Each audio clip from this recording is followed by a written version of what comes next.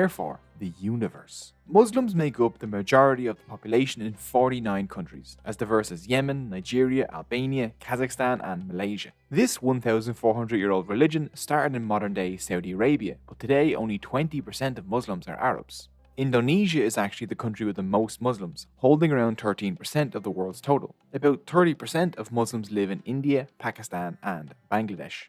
Christianity is named after Christ, Judaism after the tribe of Judea, and Zoroastrianism after the 1998 swashbuckling adventure film The Mask of Zorro starring Antonio Banderas. But Islam is named after an action. Islam means submission to God, and Muslim is the person that submits to God. The root meaning of the word Islam means peace, safety, and security. The Arabic word for peace, salam, comes from this root along with the Hebrew word shalom. So, submission to God means finding peace by following God. Around the world, regardless of language, most Muslims greet each other in Arabic saying Assalamu alaikum, peace be upon you. Islam originated in 7th century Arabia with a guy called Muhammad. Before we can get into Muhammad's life, we need to talk about the elephant in the room. His name is Sebastian, and he is standing in front of my whiteboard explaining the controversy surrounding drawing Muhammad. Sebastian, can you just scoot over there? Can you just please move? Okay. Drawing Muhammad is a controversial and emotional political issue. Firstly, the Quran, Islam's holy book, has no ban on drawing Muhammad, but the big three Abrahamic faiths, Christianity, Judaism, and Islam, all have rules against making images of any living thing. This comes from the Torah, and some Muslims and Jews take this rule very seriously. Islam kept this rule going so that Muslims wouldn't worship in front of images of Muhammad or God. Instead, they pray directly to God. Some Muslim societies have drawn Muhammad in the past, Iranian cultures especially. Today, most Muslims are offended by disrespectful images of Muhammad, but respectful images are usually fine, especially in Shia Islam, the second largest branch of Islam. And the majority of Muslims disagree with violence in response to depictions of Muhammad. To be respectful, as we always try to be, this silhouette will stand in place of Muhammad. No, not that. That's Sebastian again! Please, Sebastian, move. You're making me look like a fool. This is the silhouette. Sorry. Muhammad was born in 570 CE in Mecca in Arabia. His parents died when he was very young, and Muhammad grew up as an orphan. Back then, the Arabs worshipped hundreds of different gods, and Muhammad's tribe, the Quraysh, were the guardians of this building, the Kaaba in Mecca. They packed the Kaaba with hundreds of idols to different gods, and the Quraysh got filthy rich taxing pilgrims visiting the Kaaba. Muhammad was deeply religious and wanted to improve his community. All around him he saw poverty, injustice, war, and widespread discrimination against women and orphans. Muhammad saw the rich abuse the poor, and religious festivals had just become giant, decadent parties dedicated to the worship of idols. This is the best religion ever! Woo! Woohoo, religion party! Instead of attending religious festivals every year, Muhammad would just go and pray alone in a cave. Then, in 610 CE, in the month of Ramadan, during one of these lonely cave prayers, Muhammad, now 40 years old, was visited by Gabriel, or Jibril in Arabic. Jibril told Muhammad that there was one God, and that he was now God's messenger. Muhammad received revelations directly from God and then recited them aloud. His companions wrote these revelations down, and they became the Quran, Islam's holy book. Muhammad's words were radical in tribal Arabia. He was saying stuff like, Arab has no superiority over non-Arab, white has no superiority over black. He also demanded an end to the practice of killing infant girls because boys were preferred, saying that girls were equal blessings from God. This didn't exactly go down well in tribal, sexist, and hierarchical Mecca. This whole one God business annoyed the Quraysh, because they made money charging people to visit Kaaba to worship hundreds of gods. The poor, slaves, and others flocked to Muhammad. The Quraysh, now furious and losing money, abused the Muslims, especially the vulnerable ones like slaves, who were frequently tortured if they converted. But the Muslims didn't fight back. Muhammad and his God outlawed violence. The Quran said, whoever kills a person, it shall be as if he killed all mankind. After a decade of this persecution, the Muslims fled to the city of Medina. This move in 622 CE marks year 1 on the Islamic calendar. Right now, January 2021 CE is 1442 on the Muslim calendar. Even in Medina, the Quraysh kept attacking the Muslims. So God told Muhammad Muslims could fight back. But God laid down some ground rules for the fighting. Do not target public places, do not destroy farms or herds, do not harm women, children, the elderly or disabled, do not harm animals, trees or plants, and be kind to prisoners and do not forcefully convert anyone. These strict rules of war were laid down to stop civilians getting hurt. Muhammad said, if someone shows no compassion, God will show no compassion to them. By 630, Muhammad marched on Mecca with an army of 10,000. The city submitted without a battle. Muhammad went straight to the Kaaba and destroyed the hundreds of idols and dedicated it only to God. Just 2 years later, most of Arabia had converted to Islam and was united under Muhammad. Then, on June 8, 632 CE, Muhammad died. Abu Bakr, Muhammad's father-in-law, was elected as the first caliph or successor. This election is the cause of the divide between Islam's two major branches, Sunni and Shia. To oversimplify a bit, Sunni believe Abu Bakr was rightly elected. Shia believe Muhammad chose his son-in-law Ali as his successor. Today, Sunni make up between 80 to 90% of all Muslims, while Shia make up about 13%. Over the next 1,400 years, Islam has spread through empires and trade across the Middle East, Africa, Central and South Asia, and China. It spread to Europe, especially the Balkans and Spain, and merchants brought it to Southeast Asia, and slaves brought it with them to the Americas. And that's a very brief version of Muhammad's story. But what exactly was this new religion that he was preaching? Islam might seem complicated at first, but we can break it down into some very easy to understand core beliefs. 1. Belief in one God. Muslims, Christians, and Jews worship the same God. Muslims just call that God Allah, because that's the Arabic word for God. Arab Christians also refer to God as Allah. Muslims believe God is the uncreated, all-knowing, all-powerful, merciful, loving, and genderless creator of the universe. Islam accepts that there is only one God and that believing in other gods or worshipping anything else, be it idols, money, or power, like its God, is a great sin. Islam in general also has no priests, as Muslims are supposed to have a direct, personal connection with God. God created the world in 6 days. After creating the world and everything in it, God created Adam and Eve together from the same clay. The Quran states that God created humanity from a single soul. 2.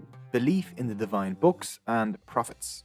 Muhammad said he wasn't preaching anything new. He said Islam was the original religion of humanity. He was just a prophet tasked with reminding people of the one God and bringing them back to the correct path. Muhammad is also not the only prophet in Islam. The prophets of Judaism and Christianity are accepted by Muslims too. Dozens of prophets are named in the Quran alongside Muhammad, like Abraham, Moses, Noah, and Jesus. Moses, Jesus, and Jesus' mother, Mary, get a lot of mention in the Quran. In Islam, Muhammad and all the prophets are just humans, but they carry a message, and all prophets brought the same message: a call for peace, a return to worshipping only God, and a warning of the Day of Judgment. Muslims also recognize the Jewish Torah and the Christian Gospel as divine books sent down by God. So Muslims refer to themselves, along with Jews, Christians, and some other peoples, as people of the book. The big difference between them, though, is that Muslims believe that Muhammad is the final prophet and that the Quran is the last divine book. 3. Belief in the Day of Judgment. God created the universe with an expiration date. At one point in the future, the Day of Judgment will come. The world will end, and everyone that has ever lived will be physically resurrected, and their actions in life will be judged and they will be held accountable for how they behave. After the resurrection, everyone will move across a bridge that goes over the fire of hell and leads to the entrance to heaven. For those whose good deeds outweigh their bad, the bridge is flat and broad and the crossing easy. For sinners though, the bridge becomes as sharp as a razor and they fall into hell. Hell is a place of fire, everyone is tortured, miserable, thirsty, Baby Shark plays all day long. It's awful. Stuff like murder, theft, and cheating will get you sent there. Whereas heaven is a beautiful garden filled with rivers of milk and honey, where everyone is young, healthy, reunited with family, and subscribed to educational YouTube channels. Eventually, most people who go to hell will move up into heaven because God wants people to be in heaven. 4. The Quran. The Quran is the holy book of Islam. The word Quran simply means to recite or to say out loud. Muslims consider the Quran to be the direct word of God spoken through the mouth of Muhammad in Arabic. The Quran is about 600 pages long and is divided into 114 surahs or chapters. Each surah is divided into numbered verses or ayat, so you can find any quote from the Quran using the number of surah and ayat. Let's just pick a random number, 3119, which is, Lo, the harshest of all voices is the voice of the ass. The Quran has no narrative structure. It's organized by length. The longest verses are at the beginning and the shortest verses are at the end. So the topic and narrative of the Quran jumps around a lot. One reason for this is because the Quran is supposed to be read aloud. Many Muslims even memorize the whole Quran.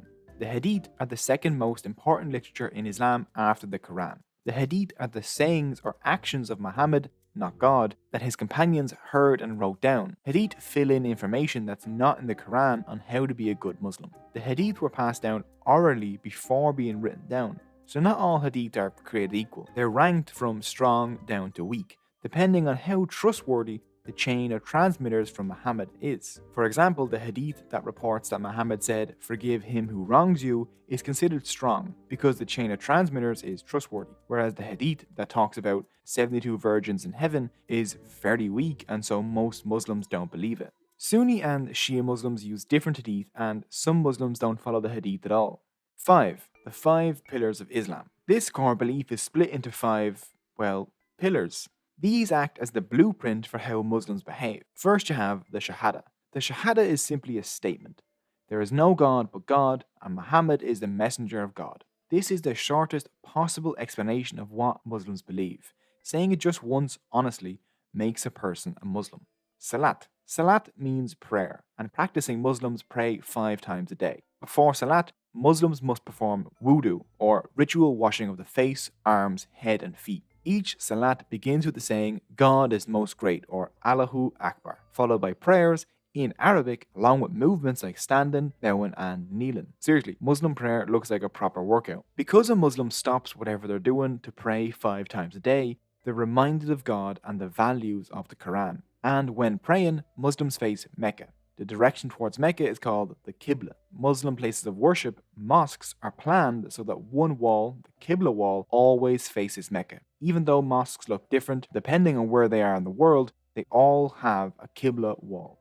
Zakat. Zakat is a charitable tax on wealth that all Muslims should pay annually. The basic rate is about 2.5% of your current wealth. The Quran says, "Give money cheerfully to the relatives, the orphans, the needy, the traveling alien, the beggars, and to free the slaves." I'm assuming traveling alien probably means something different in that context than how I'm imagining it. Or does it? Today, every year, somewhere between $200 billion and $1 trillion is given to charity by Muslims across the globe through zakat. Muhammad preached that accumulating wealth was greedy. To stop the rich profiting off of poverty, the Quran outlaws interest-bearing loans known as usury or riba. Money can never be traded for money. Muslim wealth can only come from actual labor or fair trade. Swam. Swam is fasting. During the holy month of Ramadan, Muslims fast from dawn to sunset. Fasting includes no eating, no drinking, and no smoking. Pregnant women, the sick, and the disabled do not have to fast if it puts stress on their bodies. And women on their period can also delay their fast. Through fasting, a person experiences how the poor suffer on a daily basis. And fasting breaks up life's regular routine and invites introspection and meditation on God. Ramadan ends with the feast of Eid. During this holiday, Muslims give extra zakat to the poor, share food, visit their mosque, and eat with friends and family. Hajj. Hajj is the pilgrimage to the Kaaba at Mecca, the holiest place in Islam. Every Muslim must make the pilgrimage once in their life, if able to do so. For over 1,000 years, Muslims from all over the world have flocked to Mecca. On Hajj, there is no distinction between rich and poor, or nationality and race. Today, more than 2 million people make Hajj every year. And those are the 5 pillars of Islam. Next, let's look at some topics you've probably heard a lot about when it comes to Islam. Women. Islam and women is a pretty topical issue. So how does Islam address women, and what exactly is the deal with the veil? Well, first of all, this is a hijab, this is a niqab, this is a chador, and this is a burqa. The hijab is by far the most popular veil you'll see. The burqa and niqab are only found in deeply conservative communities or Afghanistan, and the chador is mostly found in Iran. Not all Muslim women wear veils, and some Muslim majority nations have actually banned headscarves, while in other Muslim majority nations, women are pressured to wear them. It's a controversial issue within Islam itself. But why do some Muslim women wear these veils? One reason is culture. The veil is part of many people's cultural identity. Another reason is that Islam preaches modesty. Muslims should be modest in their words, actions, tempers, desires, appetite, everything really. Men and women are instructed to wear loose-fitting clothing that should cover most of the body. There isn't a difference made in the Quran between how men and women should dress, and it never states that women need to cover their faces. Veils in general seem to have entered early Muslim culture from their Roman neighbours. The only reference in the Quran to women covering their faces is about Muhammad's wives, and most Muslims consider those verses to only apply to Muhammad's wives. Throughout the Quran, God repeatedly attacks those that say women are inferior to men and repeatedly demands that women be treated equally. Muhammad even pushed for women's education, saying, if a daughter is born to a person and he brings her up, gives her a good education, trains her in the arts of life, I shall myself stand between him and hellfire. The Quran also guarantees a woman's right to work, divorce, and own property. Halal. Halal is simply the Arabic word for permissible. If something's halal, that means Muslims can do it without worrying it's a sin. Most foods are halal except for pork, donkey, predators like lions, wolves, cats, and dogs, birds with talons, eels, lizards, mice, rats, and monkeys. Blood. Blood is also banned. Don't drink blood. Alcohol is also not halal because alcohol has negative effects on health and society. Although, funnily enough, alcohol is an Arabic word. In order for meat to be halal, the animal must not suffer. Its neck must be cut quickly at the throat while saying God's name, to give it a quick and painless death. The animal should not be able to see or hear or smell the previous slaughter, and it must not see the blade beforehand, so that it doesn't become afraid. Animal cruelty is outlawed in the Quran. Muhammad said, a good deed done to an animal is as meritorious as a good deed done to a human being, while an act of cruelty to an animal is as bad as an act of cruelty to a human being. Sharia law. Shakira law. Whenever, wherever Muslims get together, talk of Shakira law will be near, and that's a big deal, my dear. Shakira noises. Didn't really think this bit true. Didn't think about singing it. Sharia law is talked about everywhere these days. The 3 times it's mentioned in the Quran, Sharia normally refers to the capital W way. The way a Muslim should live to most please God, to bring order to society, and to get into heaven. The literal meaning of Sharia is path to a waterhole, which to a desert people was literally a path to life. Thinking of Sharia as only law tends to cause confusion. Sharia mostly covers personal matters and contracts between people, how to pray or fast, how to treat neighbors, not lying, how to marry and divorce. This stuff is the main focus of Sharia, and how to pray isn't something that's enforced by law. The Quran in general doesn't have much law in it, but Muslim societies wanted to have laws influenced by Sharia. So looking at the message of the Quran, Muslim scholars decided the goals of legal Sharia were the protection of life, property, family, faith, and intellect. Over the centuries, scholars made claims about the Sharia and then backed up those claims using the Quran, the Hadith, and reasoning. The body of legal rulings that came from their interpretation of the Sharia was Islamic law, or fiqh in Arabic. But fiqh is the result of human opinions, and so can be wrong and is changeable. Fiqh can try to capture the Sharia, but probably never will. So fiqh evolved constantly. Sharia is aspirational. It was never written down in a big ancient book of unchanging rules. Different Muslims around the world and at different times have different interpretations of what Sharia is, and made fiqh based on those interpretations. You might see Saudi Arabia, Daesh, or Boko Haram cry Sharia as they abuse and torture people.